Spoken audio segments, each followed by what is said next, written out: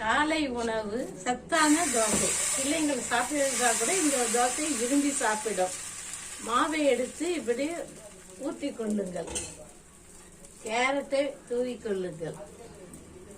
வெங்காயம் போடுங்கள். பீன்ஸ், கோஸ், கொத்தமல்லி, புதினா, பச்சை மிளகாய், இஞ்சி இதெல்லாம் கலந்து வச்சுக்கிறோம். கேப்சிகம், கொடை மிளகாய், வெள்ளரிக்காய்,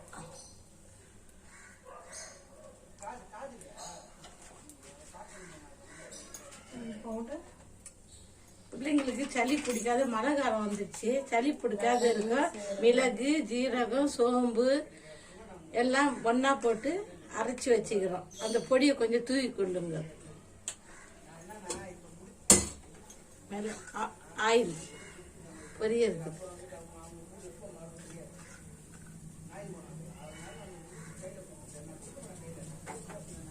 அதுக்கு மேல கொஞ்சம் மாவு எடுத்து இது மேல கொஞ்சம் கொஞ்சம் போட்டு அப்படியே தடவி கொண்டு பீஸா மாதிரி சாப்பிட்டுடுங்க. பிள்ளைங்க விரும்பி சாப்பிடுவாங்க.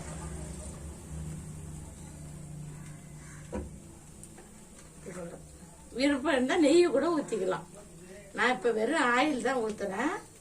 தேவைன்னா உங்களுக்கு பிள்ளைங்களுக்கு நெய்யை ஊத்தி கூட நீங்க கொடுக்கலாம்.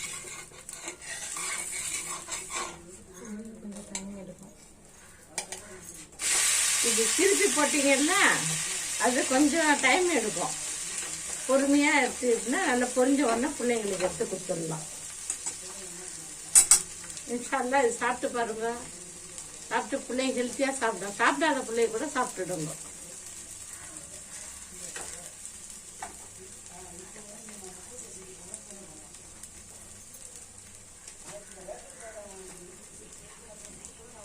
இது ரொம்ப ஹைல வச்சுடாதீங்க.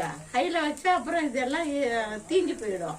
அதனால மீடியம் சைஸ்ல வச்சு வேகிற வரைக்கும் கொஞ்சம் பொறுமையா இருந்துடும்.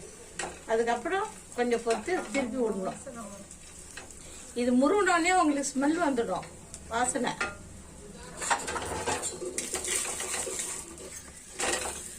ரெடி ஆயிடுச்சு. பீஸா தோசை ரெடி. இது தொட்டுக்க உங்களுக்கு விருப்பமான சட்னியே நீங்க செஞ்சுக்கலாம். எந்த சட்னி வேண்டாலும் செய்யலாம். சும்மாவே சாப்பிட்டா அருமையா இருக்கும்.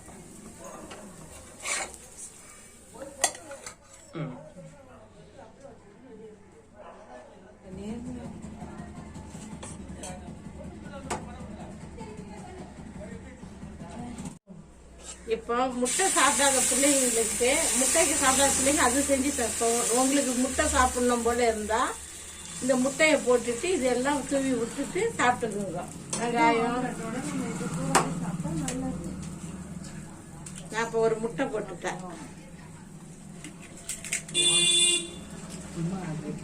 அது கூட வெங்காயம் கொஞ்சம், பீன்ஸ், கொத்தமல்லி, புதினா, பச்சை மிளகாய் எல்லாம் இதுல இருக்குது. அப்புறம் கேரட்டு,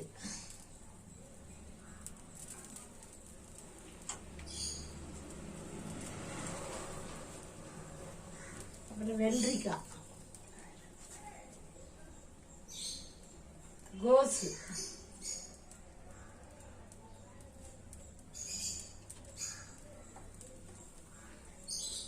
இந்த பவுடர் கொஞ்சம் தூக்கிங்க. என்ன பவுடர் சொல்லுங்க? பவுடர் அதான் ஜீரகம், மிளகு, சோம்பு எல்லாம் வறுத்து இது போட்டுக்கிறேன். பொடி பண்ணி போட்டுக்கிறேன். அது மேல கொஞ்சம் டச் ஆகுறதுக்கு லைட்டா கொஞ்சம் மாவு போட்டுக்கோங்க. அது பைண்டிங் ஆகுறதுக்காக மாவு போட்டு கிளறி விட்டுறாங்க. தடவி விட்டுறாங்க.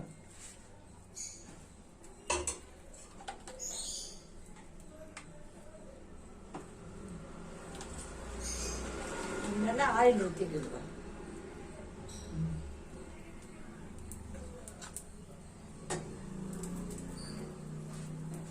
உங்களுக்கு வேணும்னா மூடி போட்டு கூட சொல்லலாம். மூடி போட்டீங்கன்னா அதுங்களே வெந்துடும். இப்போ பொரிஞ்சிருக்காது இன்னும், அப்படியே பொரிய விடுங்க. இப்போ திருப்பி போட்டுக்கலாம்.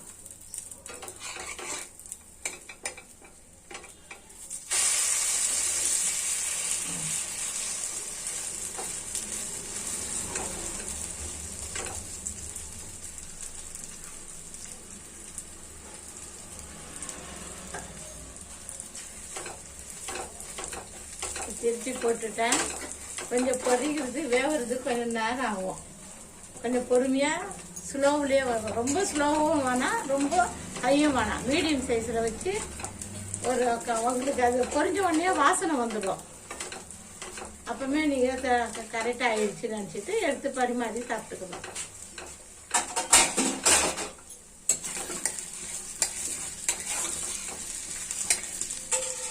கொஞ்சம் தூக்குன மாதிரி விட்டுடுங்க.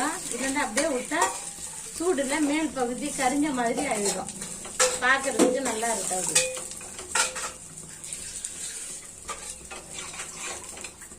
மறுபடியும் கொஞ்சம் எடுத்து போட்டுக்கோங்க. சத்தான முட்டை வெஜிடேபிள் தோசை.